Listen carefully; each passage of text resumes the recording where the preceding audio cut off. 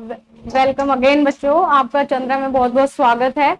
तो I hope कि सबके फेस्टिवल्स बहुत अच्छे गए होंगे। अच्छी खासी लंबी छुट्टियां मिली, बहुत सारे फेस्टिवल्स गए, खूब सारी शॉपिंग की होगी, खूब अच्छी खुशियां मनाई होंगी, सभी का अच्छा गया होगा ना। ठीक है, हमारा भी अच्छा गया। ठीक है, तो अब हम आते हैं बैक टू द पॉइंट। हम थोड़ी आज पढ़ाई करते हैं। मैं यहाँ पर टीजीटी और पीजीटी के कुछ प्रैक्टिस सेट करा रही थी, तो मैं एक न्यूमेरिकल क्वेश्चन लेके आई हूँ वहाँ सभी के लिए। तो हाँ, मेरी आवाज आ रही है ना? चेक कर रही थी कभी बंद ना हो माइक। तो ठीक है, मैं कुछ न्यूमेरिकल क्वेश्चन लेके आई थी यहाँ पर। तो क्या यहाँ पर ये कोई बहुत ज्यादा टफ क्वेश्चन नहीं है, आराम से सबको समझ आ सकता है, बट इसमें हम छोटी छोटी गलतियां कर देते हैं इसको समझने में। वही मेरे को आज यहाँ पे ब्रीफ करना है और समझाना है कि शब्दों को और कहाँ से कैसे पकड़ता है ये सब ना। तो चलिए आते हैं, हम लोग क्वेश्चन करते हैं। क्वेश्चन पहले पढ़ लेते हैं, फिर उसके बाद कराती हूँ सॉल्व। अंशधारियों की निधि की राशि क्या होगी यदि समता अंश पूंजी 16,000 है, मतलब मतलब 16 लाख रुपीज है। 8% पूर्वाधिकारी अंश पूंजी 2 लाख रुपीज, सामान्य संचय 373,000 रुपीज, लाभ हानि खाता से क्रेडिट 41,000 एंड प्रारंभिक व्यय 20,000 एंड अल्पकालिक दायी 30,000। अंशधारियों की निधि, ठीक है, निधि।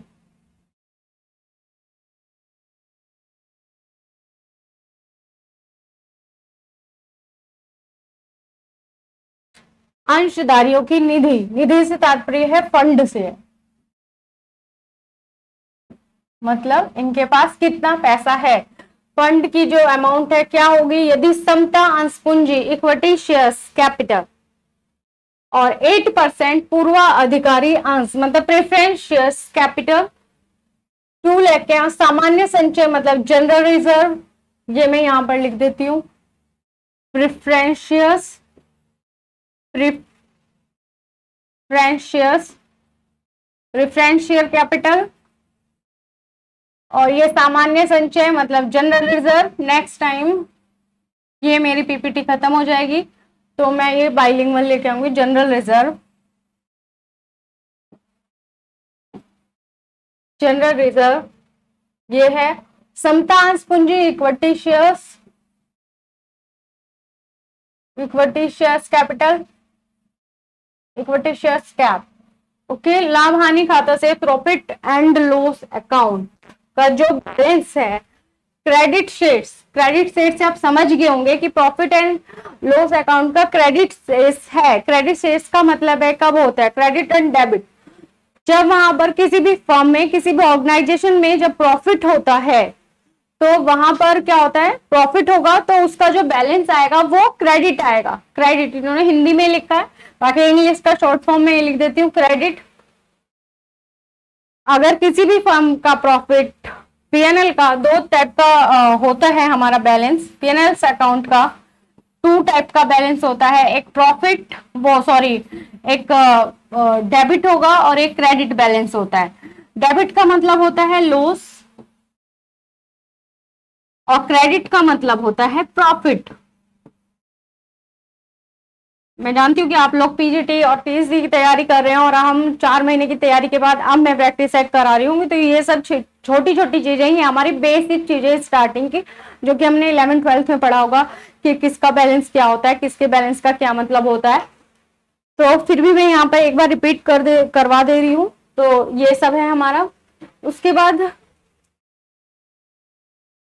अब यहाँ पे समझाती हूँ आगे कि इन्होंने पूछा है कि फंड का मतलब ये है कि हमारे जो कैपिटल शेयर्स होल्डर हैं, जो फर्म के कैपिटल शेयर्स होल्डर हैं, शेयर्स होल्डर, उनके पास एक्चुअली पैसा कितना है, तो वो हमें यहाँ पर काउंट करना है और ये हमको हमें हम लोग को बताना है। तो हम आते हैं, अब इसको सॉल्व करते हैं। हाँ जी, अंशधारियों की निधि, समतांश कैपिटल कितना है, यहां पर मैं लिख लेती हूँ, equity share capital, equity share cap,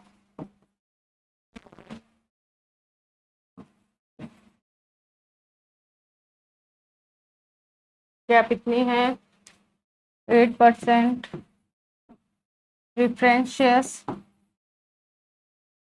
cap,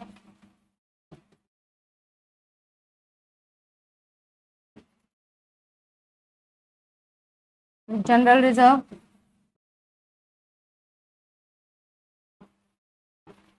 general reserve है,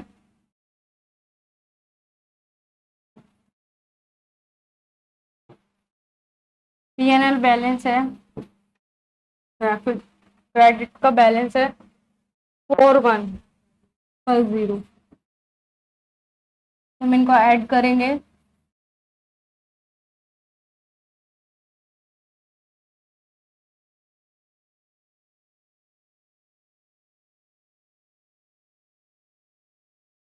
आंसर आता है ये हमारा फंड्स आएगा,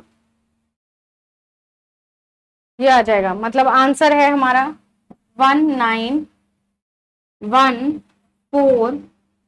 आप लोग मेरे साथ कर रहे होंगे, एक बार कर लीजिएगा, और अगर मैं गलत हूं मुझे बता दीजिएगा, लेकिन ये मैंने पूरा पीरियड सामने किया है तो इसका आंसर ये आता है। तो ये आंसर कहां पर है? 1914,000। तो आंसर होगा इसका सी। आप लोग देख लीजिए, आंसर होगा सी।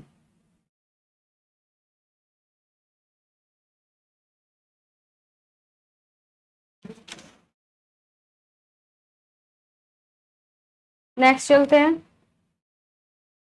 चार्टों के प्रकार में निम्न सम्मिलित नहीं है। फंक्शनल जो चार्ट होते हैं, फंक्शनल मैनेजमेंट के जो चार्ट होते हैं, और संगठनात्मक ऑर्गेनाइजेशन के जो हम मैनेजमेंट के चार्ट बनाते हैं कि कैसे मैनेज करना है, क्या मैनेज करना है, तो उनके चार्ट किस किस प्रकार के होते हैं, ये सब हमारा बिजनेस मैनेजमेंट का पोर्शन है। आप लोगों ने अच्छे से पढ़ा होगा। तो किस किस टाइप के चार्ट उसमें बनते हैं और कैसे नहीं बनते हैं। त्रिकोणीय चार्ट, यस त्रिकोणीय चार्ट हमारा बनता है। ये सब हम रेखे चार्ट और ये सब आता था, रेखे मैनेजमेंट, ये सब इस टाइप का चार्ट बनता है। लंबवत चार्ट भी बनता है हमारा, यहाँ पर हम काफी सारी चीजें समझाते हैं। समतल्य, यस हॉरिजॉन्टल, इस टाइप का भी चार्ट बनता है। यहाँ पर काफी सारी चीजें समझाई जाती हैं। वक्राकार ये चार्ट नहीं बनता है। तो आंसर नंबर होगा डी। असीमित अनलिमिटेड दायित्व संबंधित है संयुक्त स्कंध कंपनी से, सहकारी समिति से, एकल दायित्व स्वामित्व से, धर्मार्थ न्याय से। किसमें आएगा? संयुक्त स्कंध कंपनी, ज्वाइंट वेंचर्स जो कंपनी होती है हमारी, ज्वाइंट स्टॉक कंपनी, वहां भी हमारा लिमिटेड दायित्व होता है जिसके जितने शेयर्स होते हैं, और प्रॉपर उसमें ड्यूटीज हमारी डिफाइन होती हैं, उसमें लिखा होता है पेपर्स में कितने तक है हमारा, हमें हम लोग की जिम्मेदारी क्या क्या है। ये कंपनीज के जो अंतर नियम बनते हैं उसमें जितने भी नियम होते हैं, रूल्स होते हैं, जिस जिस बंदे के कि किसका कितना होगा, चाहे वो हमारे शेयर्स कैपिटल होल्डर हो, संचालक हो, डायरेक्टर हो, चेयरपर्सन हो, इम्प्लॉइज हो, जो भी इम्प्लॉइज होते हैं, मैनेजर वगैरह, और किस किस यूनिट के होते हैं, उन सब का दायित्व जो है, लायबिलिटीज, वो उसमें डिफाइन होती है। तो यहाँ पर लिमिटेड होते हैं, तो ये आंसर नहीं होगा। सहकारी समितिज होती हैं, इसका भी नहीं है, यहाँ भी लिमिटेड होती है। एकल स्वामित्व, धर्मार्थ न्याय, इसमें भी होती। एकल स्वामित्व मतलब सोल वेंचर जो कंपनी होती है, सोल कंपनी, उसमें हमारे अनलिमिटेड होते हैं, क्योंकि इसमें सारा काम एक बंदा करता है, एक ही उसका मालिक है, वही एम्प्लॉय है, सब कुछ वही है, तो वो ही सारे काम करता है, उसका दायित्व अनलिमिटेड होता है। तो आंसर क्या होगा? सी। नेक्स्ट देते हैं। आधुनिक विचारधारा, मॉडर्न प्रिंसिपल्स के अनुसार उत्पत्ति हास नियम लागू होता है। उत्पत्ति हास नियम लागू होता है कृषि क्षेत्र में, एग्रीकल्चर, उद्योग क्षेत्र में, नौकरी में, उत्पादन के सभी क्षेत्रों में। तो कहां पर होगा? उत्पादन के, हम इसको उत्पादन के सभी क्षेत्रों में, आंसर होगा डी। इसको यहां से भी रिलेट कर सकते हैं अगर आपने प्रॉपर नहीं पढ़ा है तो भी। उत्पत्ति मतलब उत्पादन, उत्पत्ति का मतलब प्रायवाची एक प्रकार से सिनोनिम होता है, तो इसको हम यहां से भी रिलेट कर सकते हैं कि नौकरी में तो नहीं होगा, बट कहां से इसको रिलेट कर रहे हैं, कहां से जा रहे हैं, ये यहां पर जा रहे हैं।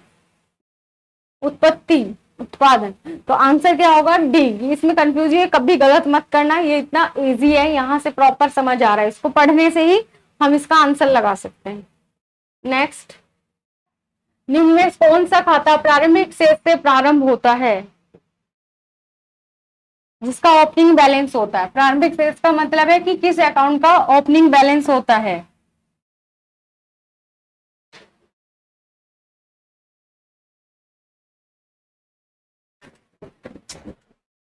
शेष से आरंभ होता है। आय व्यय खाता, payment, income and expenditure account, ये एनपीओ का पार्ट है, ये मैंने एक दिन समझाया था। इनकम एंड एक्सपेंडिचर अकाउंट, प्राप्ति एंड भुगतान खाता, receipt and payment account, receipt and payment account, लाभ हानि profit and loss account,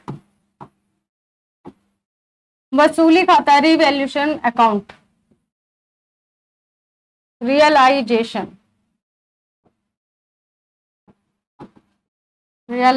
account.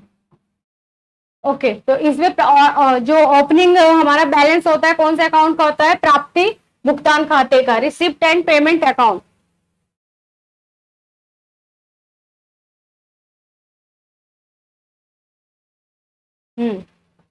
ये आता है कंपनीज अकाउंट से, शेयर्स के अकाउंट से आता है, शेयर कैपिटल अकाउंट। न्यूनतम अंश आवेदन राशि होती है, मिनिमम एप्लीकेशन मनी क्या होगी? मिनिमम न्यूनतम अंश आवेदन राशि, इसका मतलब है मिनिमम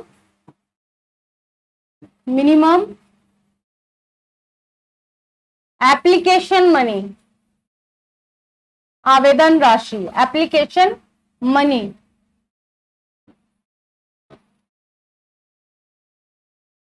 एप्लीकेशन मनी न्यूनतम क्या होती है?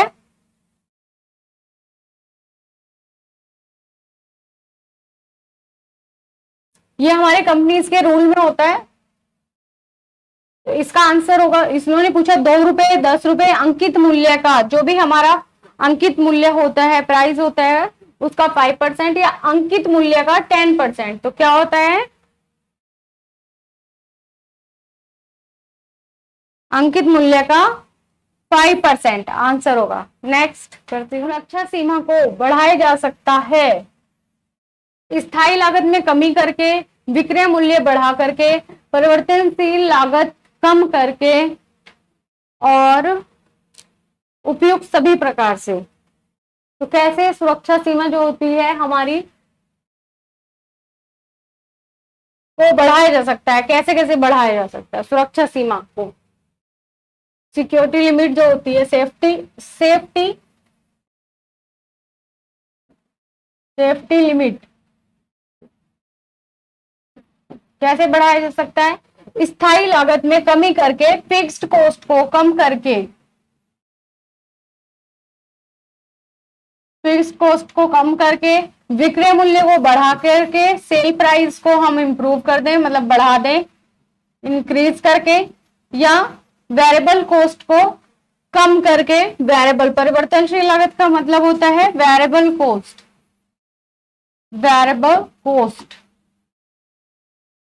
वेरिएबल कॉस्ट को कम करके या उपयुक्त सभी प्रकार से। स्थायी लागत कम हो सकती है तो ऑफकोर्स ये सेफ्टी लिमिट हो जाएगी, पर ये सब प्राइस भी बढ़ जाए तब भी हो जाएगा, वेरिएबल कॉस्ट अगर कम कर दें तो भी हो जाएगा, उपयुक्त सभी प्रकार से। तो आंसर होगा आंसर नंबर डी। नेक्स्ट,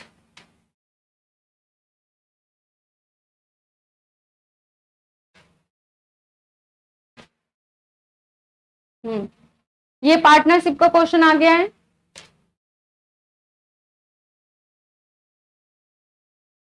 ये हमारा पार्टनरशिप से है,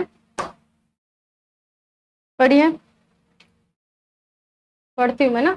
साझेदार को उनके द्वारा फर्म को दिए गए ऋण पर ब्याज दिया जाता है। अगर कोई पार्टनर फर्म को लोन दे रखा है, किसी पार्टनर ने अगर फर्म को लोन दिया है, यहाँ पर सारा शब्दों का खेल है, इसलिए इसको ध्यान से पढ़िएगा कि वो क्या कहना चाह रहा है।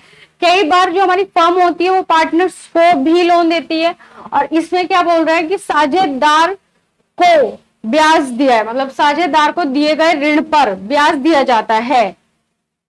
साझेदार को ब्याज दिया जाता है, इसका मतलब फर्म ने क्या है, साझेदार से, जो उस फर्म का पार्टनर है, उससे कुछ लोन लिया हुआ है, तो वो कितने परसेंट तक ऋण दिया जाता है। वैसे तो इसका जो फर्म्स की डीड होती है उसमें प्रॉपर मेंशन होता है। अगर अगर डीड में, पार्टनरशिप फर्म्स की डीड में ये मेंशन नहीं है और हमारा किसी क्वेश्चन में से, न्यूमेरिकल क्वेश्चन में दिया हुआ है, तो ये अंडरस्टूड सी बात है, ये ऐसे नियम में लिखा हुआ है कि क्या होगा, 6% होगा। ये रूल है कि अगर मेंशन है तो उतना ही रेट दिया जाएगा, और अगर क्वेश्चन में नहीं मेंशन है और पार्टनरशिप डीड में नहीं है, ऐसा कोई कुछ भी ऐसे रेट ऑफ इंटरेस्ट नहीं दे रखा है, तो आंसर होगा 6% हम उसको इंटरेस्ट देंगे। तो आंसर होगा बी। अधिकतम अनुशासन होता है, मैक्सिमम डिसिप्लिन कहाँ होता है? लाइन संगठन में, कर्मचारी संगठन में, क्रियात्मक संगठन में, लाइन एवं कर्मचारी संगठन में। ये हमारा बिजनेस ऑर्गेनाइजेशन से है, फंक्शनल मैनेजमेंट से।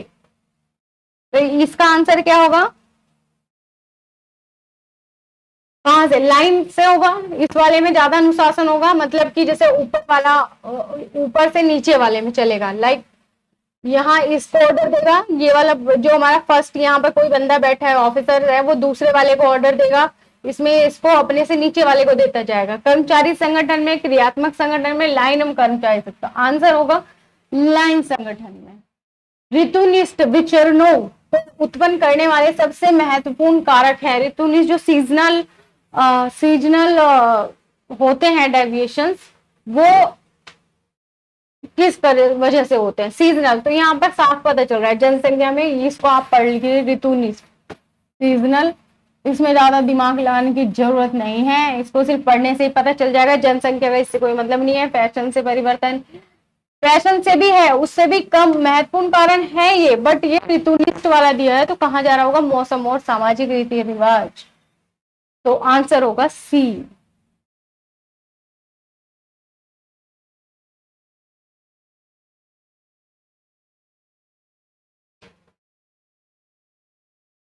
कौन सा भारत सरकार की आय का सबसे बड़ा स्रोत है?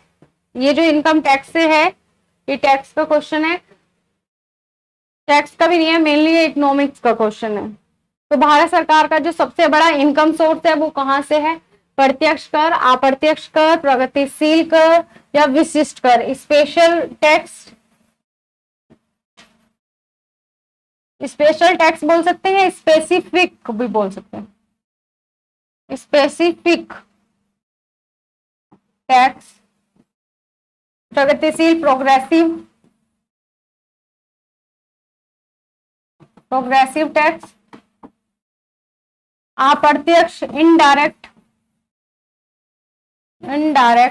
टैक्स, ये डायरेक्ट टैक्स। तो कहां से भारत सरकार का सबसे बड़ा इनकम सोर्स है? Direct tax. ये एक दिन में पूरा इसके ऊपर एक पर्टिकुलर मैं टॉपिक करवाऊंगी आपको कि ये टैक्स के बारे में, प्रत्यक्ष अप्रत्यक्ष टैक्सेस के बारे में, क्या क्या आता है, क्या क्या नहीं आता है। तो सबसे बड़ा इनकम सोर्स क्या है भारत सरकार का? प्रत्यक्ष कर।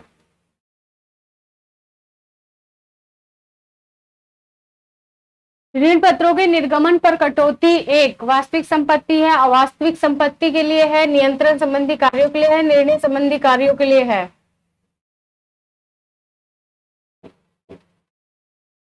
क्या है इसमें? ऋण पत्रों के निर्गमन को वास्तविक संपत्ति या अवास्तविक संपत्ति के लिए, नियंत्रण संबंधी कार्य। क्या आंसर होगा? अवास्तविक संपत्ति के लिए। डेप्रिसिएशन हम इशू करते हैं, उस पर जो डिस्काउंट देते हैं उसके रिगार्डिंग है।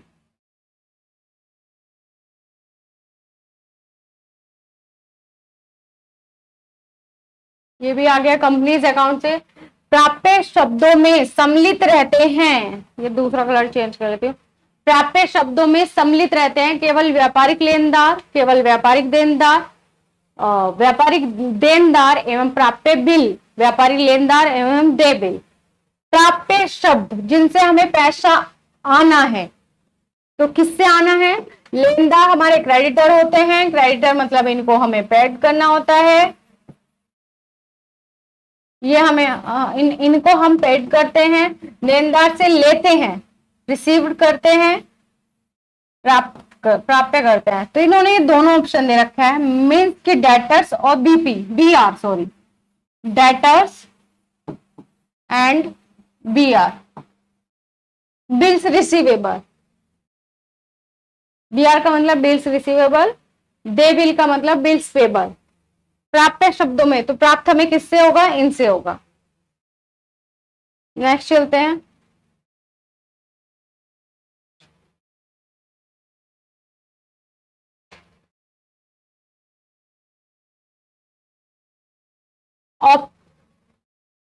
औपचारिक औपचारिक समूह, औपचारिक अनौपचारिक आपने पढ़ा होगा, ये भी हमारा बिजनेस मैनेजमेंट का पार्ट है। औपचारिक समूह के माध्यम से तथा उनके द्वारा कार्य संपादित करने की कला ही प्रबंध है। ये एक हमारी स्टेटमेंट है। तो ये स्टेटमेंट किस विद्वान ने दी है, किसने दी है? ये हमारी औपचारिक समूह। आप यहां से भी रिलेट कर सकते हैं, आपने बिजनेस मैनेजमेंट में पढ़ा होगा, कहां पर, जहां पर ये सबने कहा। तो औपचारिक अनौपचारिक टाइप की बातें किसने करी हैं, आप याद कर लीजिए, किसने करी है? FW टेलर साहब ने करी है। तो आंसर होगा डी। इन्होंने बताया था ना फंक्शनल के बारे में। ये क्वेश्चन शायद रिपीट हो गया है फिर, पर बात नहीं, इसको हम यहाँ पर कर लेते हैं। फ्रैंकिंग मशीन, ये क्वेश्चन आता ही है, बहुत बहुत सारे मैं देखी हूँ कई साल के पेपर को, लास्ट ईयर के, तो ये क्वेश्चन आना ही है। हस्ताक्षर के नमूने हेतु, डाक टिकट हेतु, आगमन एवं प्रस्थापन के समय के लेखन हेतु उपयुक्त में थे, किसी के लिए भी नहीं। तो डाक, जो डाक में टिकट चिपकाते हैं उसके लिए फ्रैंकिंग मशीन का प्रयोग होता है। तो आंसर होगा बी।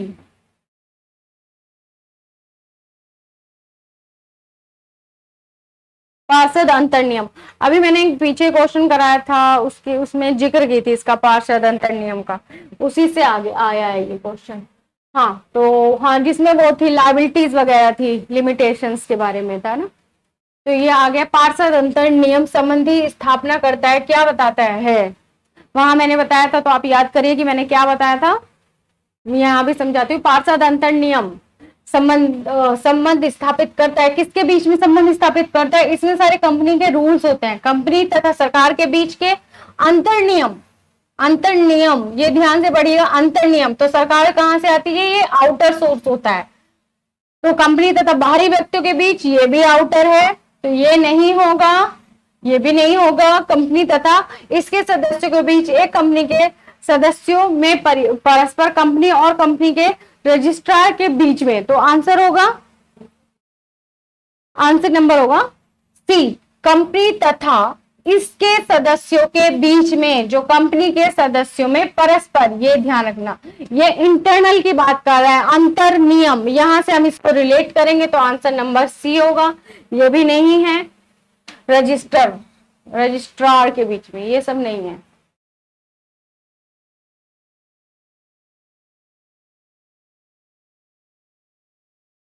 पूंजी निर्माण की प्रक्रिया निर्भर करती है, दूसरा देती हूँ, पूंजी निर्माण की प्रक्रिया निर्भर करती है साझेदारी पर, कंपनी पर, सहकारी पर, एकल व्यापार पर। किसमें आती है पूंजी निर्माण की प्रक्रिया? पूंजी निर्माण, इसमें भी पार्टनर्स लेके आ जाते हैं, अपनी अपनी कैपिटल जो भी उसमें रहती है। तो पूंजी निर्माण हम किसमें करते हैं? सहकारी, इसमें भी आधा शेयर कंपनी का होता है, आधा सरकार का होता है। एकल, इसमें तो सारा कुछ सोल प्रोप्राइटर का होता है, ये पार्टनरशिप का है, तो इसमें भी कोई ऐसा फॉर्मेशन होता नहीं। कैपिटल फॉर्मेशन, पूंजी निर्माण, कैपिटल फॉर्मेशन, कैपिटल फॉर्मेशन कहां से आएगा? कंपनी में होता है, क्योंकि वहां पर हमें पूंजी ज्यादा से ज्यादा चाहिए होती है, और हम वहां पर क्या करते हैं कि हम शेयर्स इशू करते हैं, इक्विटी शेयर्स, प्रेफरेंस शेयर्स, क्योंकि हमें कैपिटल ज्यादा से ज्यादा चाहिए होती है, क्योंकि एक बड़ी कंपनी बनानी है, बड़े लेवल पे हमें काम करना है, तो ज्यादा से ज्यादा पूंजी बनानी है। तो पूंजी हमें कैसे करनी होगी? कैपिटल शेयर्स इशू करने होंगे तरह तरह के, लाइक इक्विटी और प्रेफरेंस। तो इसलिए हमें यहां पर ये आएगा, आंसर होगा बी।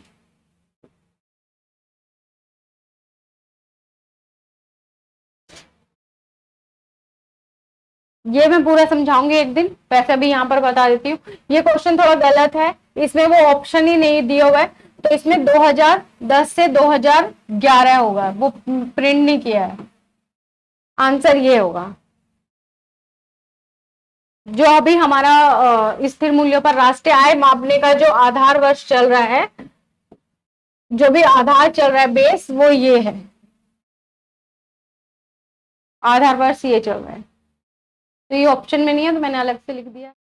प्रबंध में, मैनेजमेंट में मानवीय दृष्टिकोण, ह्यूमन विजन का प्रतिपादन किसके द्वारा किया गया था? ह्यूमन के बारे में किसने सोचा था?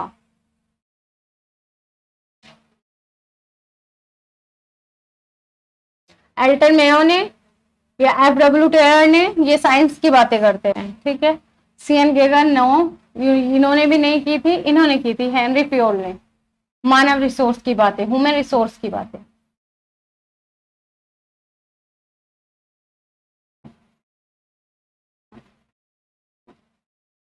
तो आंसर होगा बी।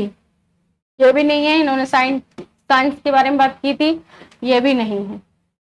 तो हेनरी फ्योल साहब हैं, तो इसका आंसर होगा बी।